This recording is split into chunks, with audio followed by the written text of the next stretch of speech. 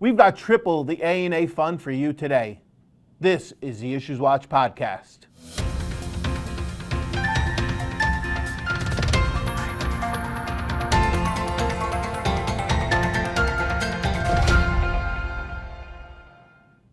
Hello and welcome to the IssuesWatch podcast. I'm Brad Muniz, your host for the bi-weekly accounting and auditing episodes. I'm an assurance principal at Clifton Larson Allen. This episode qualifies for Nano CPE credit. If you're interested in earning CPE credit for this episode, hit the pause button now and head over to njcpa.org/nano to find out how. Well, we have a special episode for you today that was recorded at the NJCPA Convention Expo featuring Frank Boutelet, Jay Levine, and me.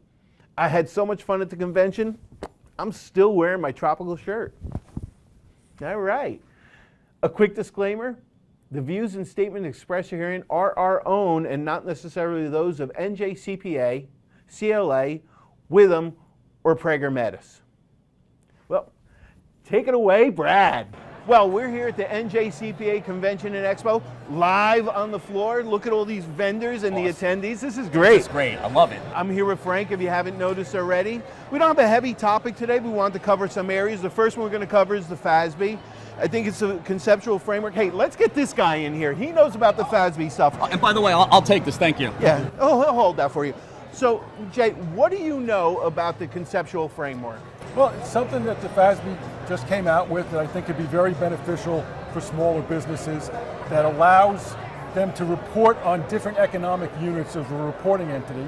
So if you have a division, it doesn't necessarily have to be a separate legal entity, but it's the economic unit that's changing that lets people report on the economic unit, which I think can be very beneficial for banks in sale transactions, and just from understanding what companies are doing by segments. The key thing is, as long as you can distinguish the economic unit and identify it, you can report on it separately now. And I think that's a really good thing, especially if you've got consolidated statements with parents and subsidiaries where you can now drill down a lot further. It can be very beneficial in specific circumstances. Yeah, we get that a lot where can we do standalone financials for the subsidiaries, we'll say, and this is kind of clarifying that you can.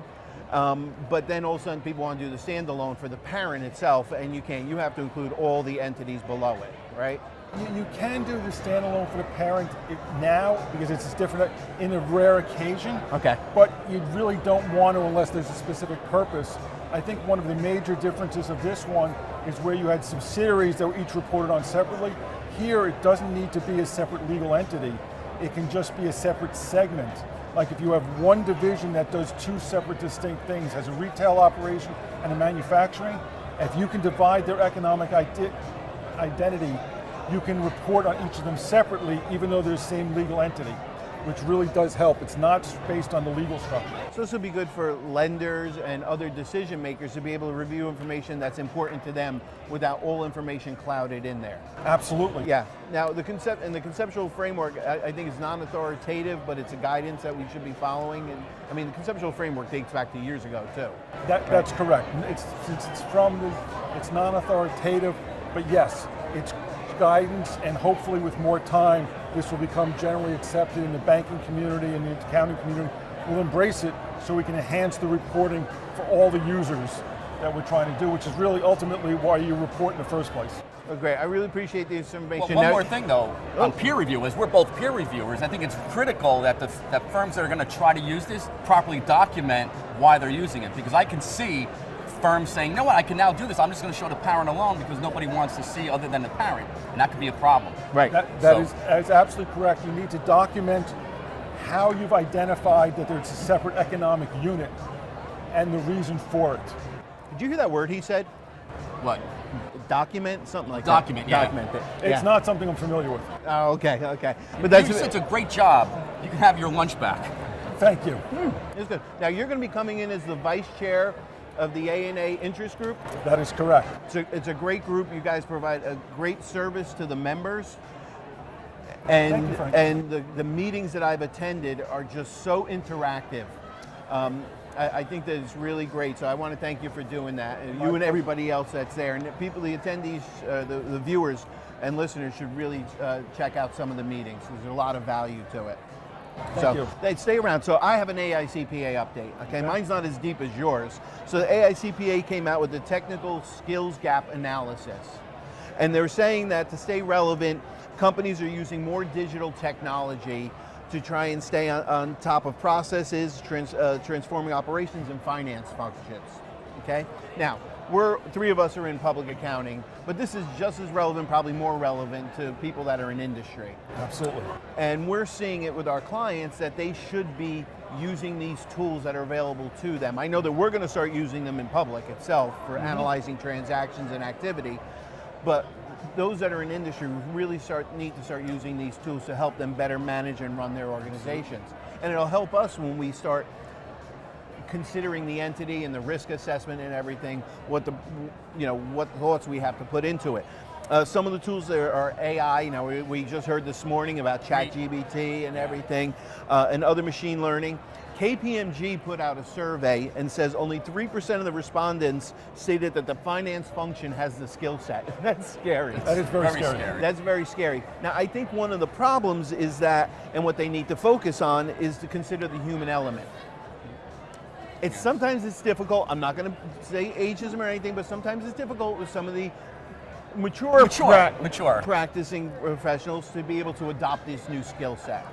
That is correct. And I'm not looking at you to say it's you, okay? But I'm immature, so we're good. And the AICPA, the article I was reading, I didn't know about this. I don't know if you knew about this, but they came out with an Agile Finance Transformation Certificate series. Wow. Which I look forward to looking into it to see what people are doing. But imagine if we're sitting here trying to do a risk assessment of a company and they're starting to use these tools, and hopefully they use these tools and they have the background, but if not, if they had this certificate and this background, would give us a little bit more comfort and would give management more comfort, the owners of the company and the people that receive reports from management, to know that they've vetted this information. Some of the information included in this series are practical steps, best practices to be used, new skills to support, and real world experiences. So I'd recommend people look into, especially those that are in industry. Absolutely. So with that, I think our last one that we have is PCAOB. PCAOB, and you always have me do the PCAOB side. I know, because I don't like it. I know. Well, there's a lot of changes, and I think, again, the things we've been hearing before, more transparency. So the PCAOB wants more information, so they have that inspection report that they put out on firms that get inspections, and they now have a new section that's going to discuss non-compliance with PCAOB standards and independence rules as well. So firms that did audits that they weren't independent, it's going to be in the report. Yeah. So everybody's going to know that. They're also going to have more information on risk assessment. Right, so they're going to they want to now put in there firms that violated the risk rules when they were auditing and didn't do proper risk assessment. And now, I also think they're going to do is they're going to put charts in. So we're going to have graphs in our reports, in those reports. And what they're going to graph is they want to have the tenure of the firm and the audit partner to kind of show how many years the firm was auditing the company. Again, the familiarity threat that we hear a lot about, well, now they're going to start addressing it so that the user of the finance systems can go look and see how long was that firm doing the work and how long was the partner in charge. So a lot of changes happening with PCAOB, and again, more transparency. They want the public to see what's happening in these audits. So I recently started looking at some of the reports, and this is all public information, and they actually showed, I saw some sample reports that has the new data in it. And I mean, when I had PCAOB inspections a while ago, the report was typical. Yeah.